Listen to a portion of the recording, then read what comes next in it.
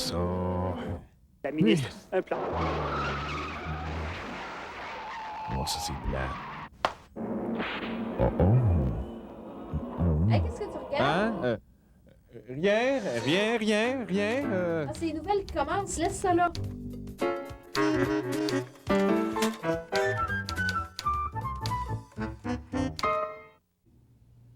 Pub. Flash, débile mental et superficiel. Flash, le copier, c'est s'abaisser. Les gens me demandent des fois, qu'est-ce que tu fais quand il n'y a vraiment pas de nouvelles? Vraiment pas. Pas toutes, là. Bon, il y a toujours l'âne zébré.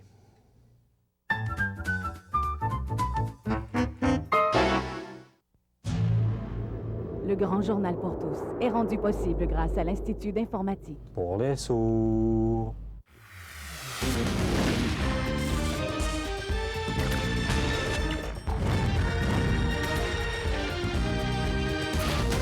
Le Grand Journal avec David Lemelin. Alors, bonsoir de Québec, bienvenue au Grand Journal. En raison des rumeurs de vente, TQS n'a eu d'autre choix que de couper dans le superflu. Alors voilà. Oui, bon. Alors, j'apprends à l'instant que oui, BCE se porte acquéreur de TQS. Bravo! Ah ben oui, c'est une bonne nouvelle, là. Enfin, on a du cash. Ils vont peut-être être capables de payer des souliers à Gérard Deltel. Merci. Alors voilà, re-bienvenue. D'abord, s'il y a un sujet qui a retenu l'attention cette année, outre la barbe de Claude Campbell, c'est bien la réforme municipale de Louise Arel. Pour une fois, le gouvernement recueille l'unanimité. Tout le monde est écœuré d'en entendre parler. Malgré tout, difficile de passer à côté. Alors, pour nous en parler, je rejoins à l'instant notre meilleur reporter, David Lemelin, qui est à Charlebourg. Alors, bonsoir, David. Bonsoir, David. Oui, dites-moi, on ne pourra certainement pas accuser le gouvernement Bouchard de populisme, n'est-ce pas? Oui, bien en fait, j'aurais pas pu dire mieux moi-même. Là, c'est tellement impopulaire que même Jean Charest a l'air sympathique, alors c'est pas rien. Mais expliquez-moi donc, qu'est-ce que c'est cette réforme-là? C'est quoi? On fusionne le tout et ça fait une grosse ville? Oui, ça a coûté des centaines de milliers de dollars au gouvernement pour en arriver à cette phrase. Mais en fait, ce qu'il faut comprendre, c'est que ici, nous sommes à Charlebourg. Vous me suivez? Oui. Je vous suis, là. Alors, Charlebourg devient Québec. Et Québec englobe Charlebourg. Donc, qu'on soit ici ou ailleurs, c'est Québec partout. Ah, c'est très clair. Merci, David. De rien, mon cher.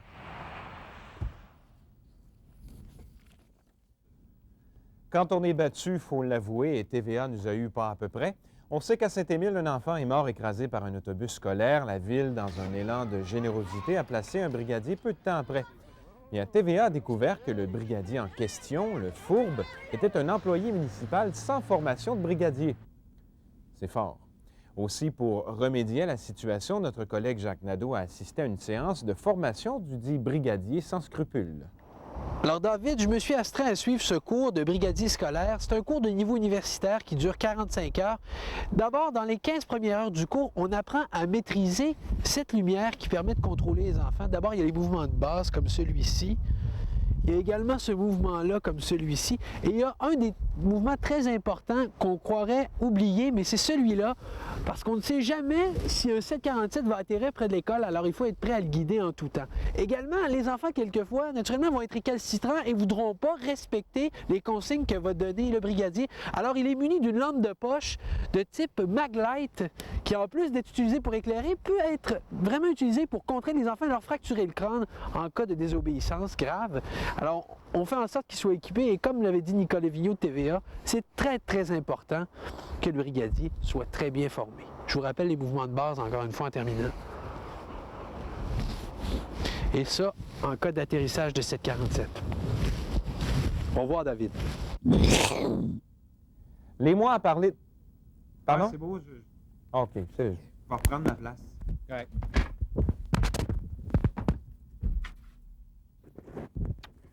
Alors, les mois à parler de scandale n'ont pas suffi. L'équipe de feu Jacques Cousteau s'en est sortie.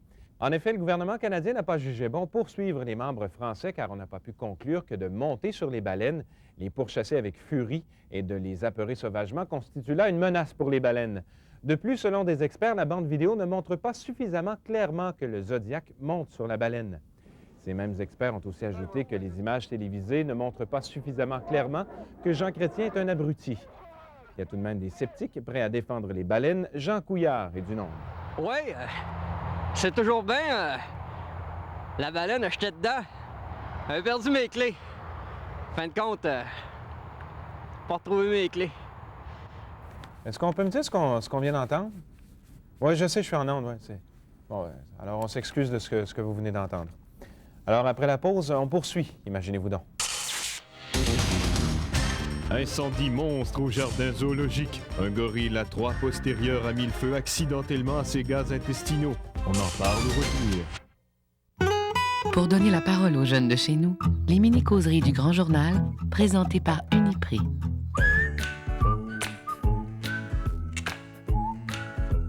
Deux minutes, c'est parfait. Ben, moi, je pense. Pour toi, là, une petite vite, ça dure à peu près combien de temps? Moi, ce que je voudrais faire, c'est 1,50. Je te dirais genre 1,45. Oh, moi, je pense qu'un bon 2 minutes, là, ça serait préférable pour moi. J'aimerais bien que ça dure longtemps. Un bon 12 minutes. À mon avis, au-delà d'une 50, c'est long. Moi, je peux dire qu'une bonne demi-heure, c'est ça?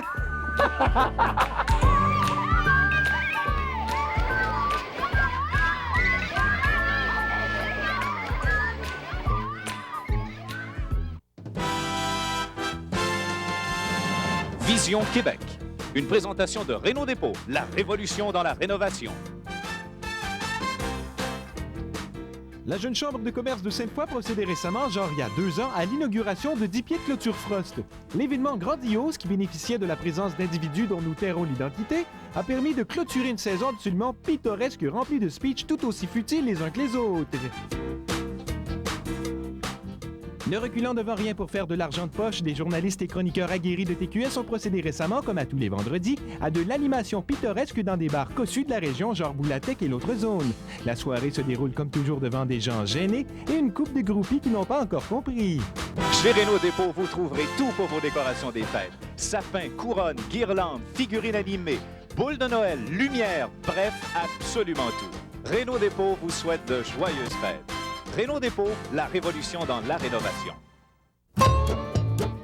Mesdames et messieurs, bonjour, bienvenue au Shack à Drink Drink. Venez faire un tour. On a plein de bonnes aubaines ici pour vous. Occasion exceptionnelle de faire des économies incroyables. On vous garantit le meilleur prix. Et si vous trouvez moins cher ailleurs, appelez-nous, on va aller faire un tour. Voici ce qu'on a aujourd'hui à vous offrir en marchandises. Attention, le téléphone Mom Boucher. C'est téléphone Mom Boucher. Allô, Mom, 1, 2, check 1, 2. Téléphone Harley Davidson, mais attention, en prime. J'ai PIM, Pierre Martineau en prime.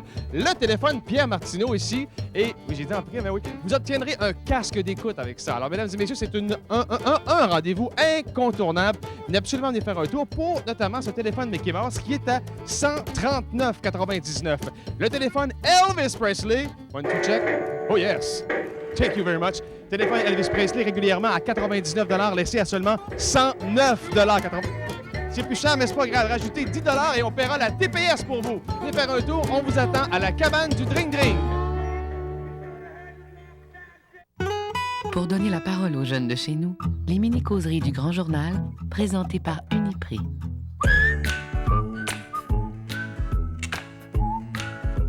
Ça pourrait être David Lemelin ou encore Danny Gagnon à l'occasion. Ben, je sais pas, moi, j'ai envie de dire Dave Leclerc. Ben, parce que je le trouve... Ben, il...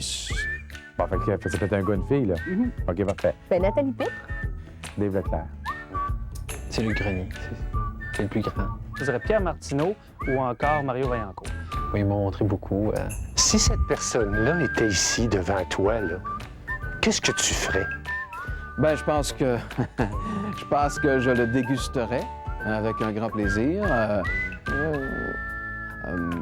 avec beaucoup de délectation. Je plongerais dedans puis j'en mangerais plein.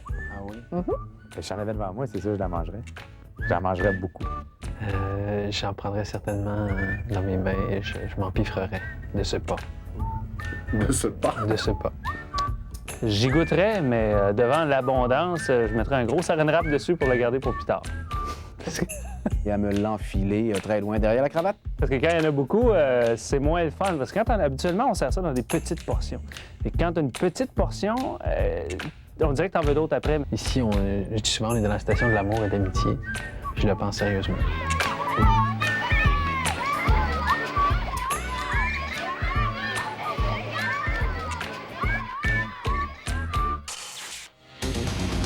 À venir au Grand Journal, curieuse épidémie chez les journalistes du 500 Bouvier. La direction n'a d'autre choix, elle impose le vaccin.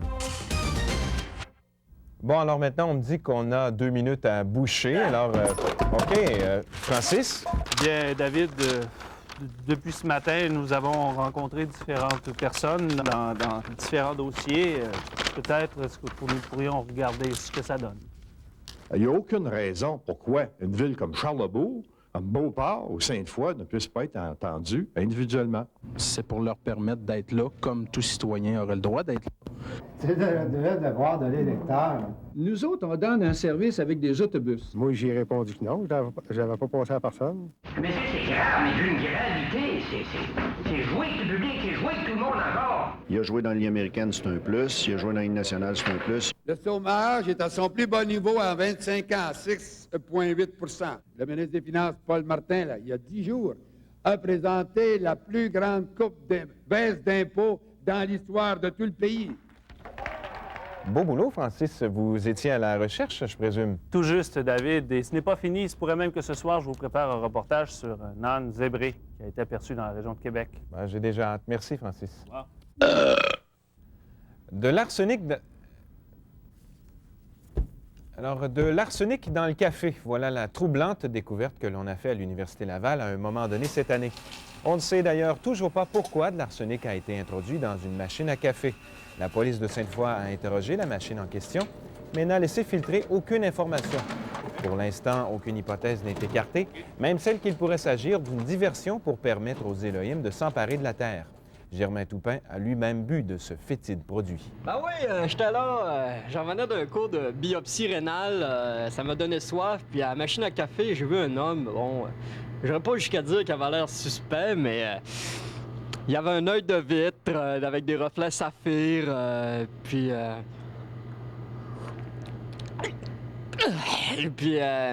il boitait un peu, il devait peser à peu près 82 kilos, mesurer 1,68 m, s'exprimait en français et en serbo-croate.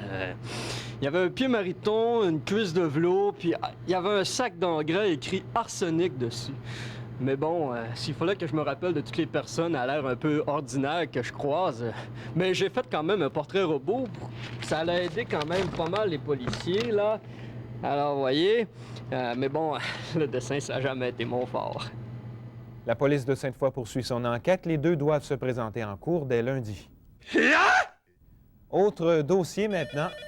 Ah bon, ça, c'est les joies du pre-tape. Alors, oui, les nouvelles. Un char de marde? Oui, oui. L'adresse? L'adresse, oui. Pour envoyer une bombe. OK. Oui, c'est 500 Bouvier. Vous avez du papier? Oui. OK. Alors, 500 rue Bouvier, Québec. G2J1E3. Oui, oui. À l'attention d'Yvon Bonneau. C'est ça. De rien. De rien, ça fait plaisir. Au revoir. Alors, donc, un autre dossier qui a retenu l'attention cette année, outre les images du Fokker qui a fait des siennes dans l'entrée arrière de la station, eh bien, c'est le dossier Gabriel Lessard. Le pauvre Gabriel est décédé des suites d'un cancer de la prostate qui n'a pas été détecté suffisamment tôt. Il a été détecté vers 11h30 alors que vers 7h du matin, c'eût été mieux. L'ennui, c'est que Gabriel rêvait de s'ouvrir un hôtel pour couples et célibataires libertins en République dominicaine, mais il n'a pas eu le temps. On lui a piqué son idée peu après. Quant au docteur Labrie, il reste à l'abri des critiques. Il ne fait jamais d'erreur puisqu'il perd plus de temps à parler olympique qu'à soigner des gens. Pourtant, quand j'ai mis le doigt dans le trou de cul, ça valait bien beau. Est-ce qu'on peut me dire ce qu'on vient d'entendre? Oui, je sais, je suis en onde, là. Bon, alors on s'excuse de ce que vous venez d'entendre. Bon, ben c'est plate à dire, mais même les imbéciles se reproduisent. C'est le cas de Céline Dion et René Angélil. La célèbre chanteuse originaire de Mongolie est enceinte et doit mettre très bas en février prochain. On nous dit que l'enfant devrait être un garçon ou possiblement une fille. Les médecins n'ont pas voulu se prononcer sur